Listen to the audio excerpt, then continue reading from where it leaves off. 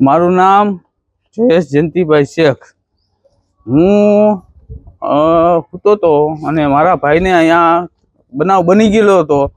બનાવ બન્યો એટલે 1:30 વાગે બનાવ બનેલો છે અને મારા ભાઈને મારી લીધો એ મને ખબર નહોતી. છતાં એ લોકો સામેવાળા 3 વ્યક્તિ હતા. એક વિશાલ બાવરિયા, એને હું સારી રીતના ઓળખું છું અને એને કહેતા હોય તો એનું ઘર બતાવું અને એને ઘરે લઈ જાઓ. પણ એ છતાં એ 2 જણા બીજા લોકોને લઈને આવ્યા હતા.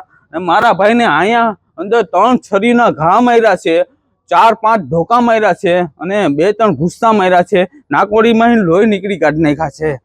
અને છતાં એ અહીંયા મારીને થોડ થપ્પડ કરીને મારા ભાઈને મર્ડર કરી નાખ્યું એ મને ખબર નહોતી. અને એ છતાં હું 4થી 3જી ગલીમાં રહું છું. ત્યાં આવીને એ બોલ્યા કે ભાલો કેમ ગયો હોય કે, એટલે ભાલો પોતે મારું નામ જયેશ જયંતિભાઈ શેખ છે, પણ મને ભાલા તરીકે ઓળખે છે અહીંયા ગોંડલમાં, ભગવતપરામાં. એટલે એ લોકો મને અહીંયા ધોકો લઈને મારવા આવ્યા હતા, પણ ધોકો લઈને મારવા આવ્યા હતા ને એટલે હું મેળી ઉપર સૂતો હતો મેળી ઉપર. એટલે કે મારી છોકરી દીકરી નાની 14 વર્ષની છે.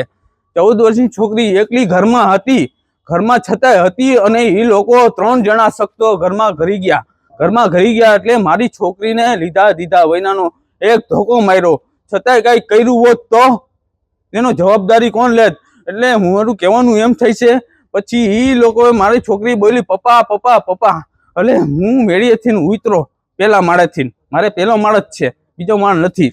એટલે હું ઉતરો એટલે જોયું તો 3 જણા આટા મારતા હતા, 2 થી 3 જણા. અને મેં જોયું તો એ ધોકો લઈને સામેથી મને મારવા આવ્યો. એટલે મેં ધોકો રોક્યો એટલે જોઈ લ્યો અહીંયા લોહી મરી ગયું. અને અહીંયા લસરીને પડ્યો પોદરો આવ્યો હાથમાં. હું એને પકડવા જતો હતો ને તો એ છટકી ગયો હે માણસ, હાથમાં નથી આવ્યો મારા, નકર તો એને બેડો વા દે. પણ તેતા એ ભાગી ગયો છે.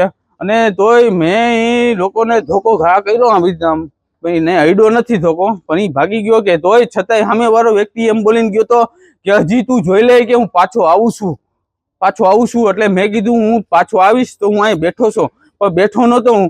મારે મારા ભાઈને સિવિલમાં દવાખાને લઈ જવું. નહોતા મારી બા, નહોતા મારા બાપુ, નહોતી મારી બેન, કોઈ ઘરે હતા નહીં. ઘરે સિવાય હું, મારી 14 વર્ષની દીકરી ધર્મિષ્ઠા જયેશ શેખ એ ઘરે હતી. એને એક ધોકો અહીંયા મારી દીધો હે. છતાં એ છોકરી એવી મારી તાકાતવાળી હતી ને તો એ બાપને અવાજમાં બોલાવ્યો, હે જયેશ પાલા ઉઠ, અને મને મારવા આવ્યો હે. મેં કીધું હાલ ઉતરો હેઠો. છતાં મારી પર ધોકાના ઘા કરી લીધા. તો મારા ભાઈનો મર્ડર થઈ ગયું એ તો મને ખબર જ નહોતી.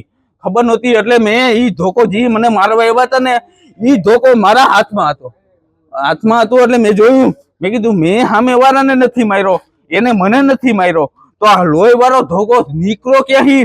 તો મારા ભાભી આવીને એમ બોલ્યા કે જાવ તો ખરી કે જરા કે ઓલા ઘરે તો જોવો. તો એ